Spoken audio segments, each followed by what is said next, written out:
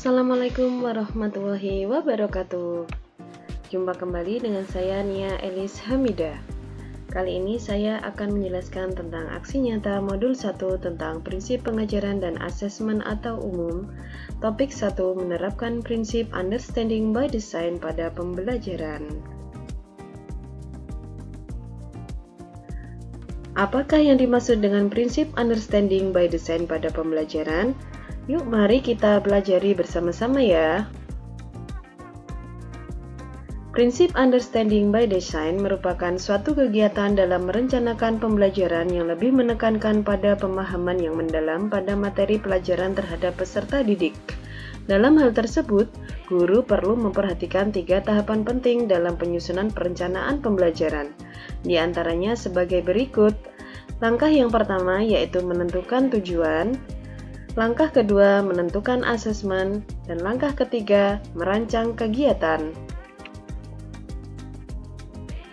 Pada tahap menentukan tujuan, dapat ditentukan melalui beberapa tahapan yaitu sebagai berikut. Langkah yang pertama yaitu guru mengidentifikasi kata kunci secara langsung berdasarkan CP atau capaian pembelajaran yang memuat kompetensi dan ruang lingkup materi.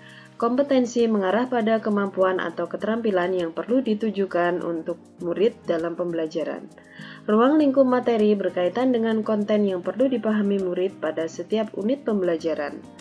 Langkah kedua, guru mengelompokkan hasil identifikasi tersebut ke dalam tabel kompetensi dan ruang lingkup materi. Langkah yang ketiga, guru merumuskan tujuan pembelajaran secara operasional dan kalimat-kalimat yang lebih konkret.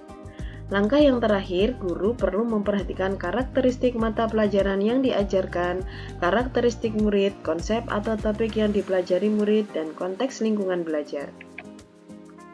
Selanjutnya, dalam menentukan asesmen. Guru menentukan asesmen yang tepat digunakan untuk melakukan penilaian autentik dan objektif untuk mengukur sejauh mana murid dapat mencapai tujuan pembelajaran yang telah ditentukan. Asesmen yang digunakan bisa berupa asesmen diagnostik, formatif, dan sumatif. Asesmen diagnostik dilakukan sebelum pembelajaran untuk mengetahui kemampuan awal, yaitu kompetensi, kekuatan, dan kelemahan murid. Asesmen tersebut bisa dilakukan guru pada awal tahun ajaran baru atau pada awal pergantian topik atau materi pelajaran baru. Untuk asesmen formatif dilakukan guru selama proses kegiatan pembelajaran berlangsung untuk memantau perkembangan murid dan pemberian umpan balik. Asesmen sumatif dilakukan guru pada akhir pembelajaran materi untuk mengetahui pencapaian hasil belajar murid. Untuk kriteria asesmen terbagi ke dalam 3 jenis, yaitu Assessment as Learning, Assessment for Learning, dan Assessment of Learning. Assessment as Learning yaitu asesmen sebagai proses pembelajaran, berfungsi sebagai refleksi dan asesmen formatif pada setiap proses pembelajaran. Contohnya self-assessment atau penilaian diri dan peer assessment yaitu penilaian antar teman. Dalam hal ini, guru melibatkan murid untuk merumuskan prosedur, kriteria, dan rubrik pedoman asesmen. Assessment for Learning yaitu asesmen untuk perbaikan pembelajaran untuk mengetahui umpan balik dan sebagai asesmen formatif pada setiap proses pembelajaran. Untuk Assessment of Learning yaitu asesmen pada akhir proses pembelajaran yang berfungsi sebagai evaluasi akhir dan asesmen sumatif. Untuk bentuk format asesmen terdiri dari 2 jenis yaitu bentuk asesmen tradisional dan bentuk asesmen alternatif. Bentuk asesmen tradisional seperti tes pilihan ganda, tes benar atau salah, soal isian pendek, dan esai.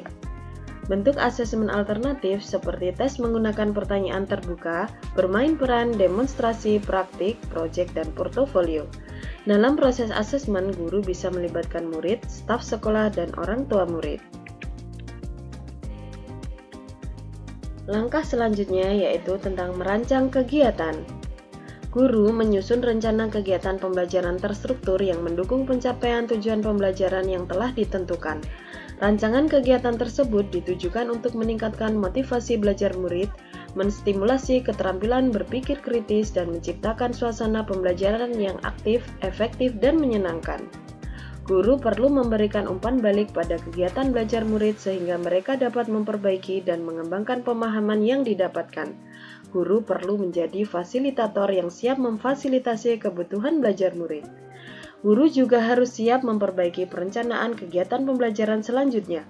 Dengan demikian, kegiatan pembelajaran akan lebih bermakna dan dapat menambah pengetahuan mendalam murid. Lalu, bagaimana UBD membantu guru? Ide apa yang Bapak atau Ibu guru dapatkan setelah belajar topik ini? Di sini saya menjawab, ide yang saya dapatkan setelah mempelajari topik merencanakan pembelajaran dengan pendekatan Understanding by Design atau UBD, saya akan membuat rancangan pembelajaran menggunakan pendekatan tersebut di mana langkah-langkahnya dilakukan secara terbalik mulai dari menetapkan tujuan, menentukan asesmen, dan merancang kegiatan pembelajaran. Saya akan belajar lagi dalam mengembangkan keterampilan mengidentifikasi pengetahuan dan keterampilan yang dimiliki murid menggunakan cara-cara yang efektif. Saya akan menggunakan asesmen yang beragam untuk mengukur kemampuan murid. Saya akan menerapkan metode, strategi, dan media pembelajaran yang relevan dengan kebutuhan belajar murid dan sesuai lingkungan belajarnya. Dengan demikian, tujuan pembelajaran yang telah ditetapkan dapat tercapai dan kegiatan pembelajaran menjadi lebih bermakna. Lalu, perencanaan pembelajaran seperti apa yang relevan untuk dikembangkan di sekolah Bapak atau Ibu guru? Jawaban saya adalah, perencanaan pembelajaran yang relevan untuk dikembangkan di SD Negeri 1 Kacangan adalah dengan menerapkan prinsip Understanding by Design atau UBD karena penerapan rancangan pembelajaran nantinya lebih ditekankan pada pemahaman mendalam murid terhadap materi pelajaran yang diajarkan. Berikut rancangan pembelajaran berbasis prinsip Understanding by Design atau UBD SD Negeri 1 Kacangan fase C kelas 5 pada mata pelajaran Pendidikan Pancasila.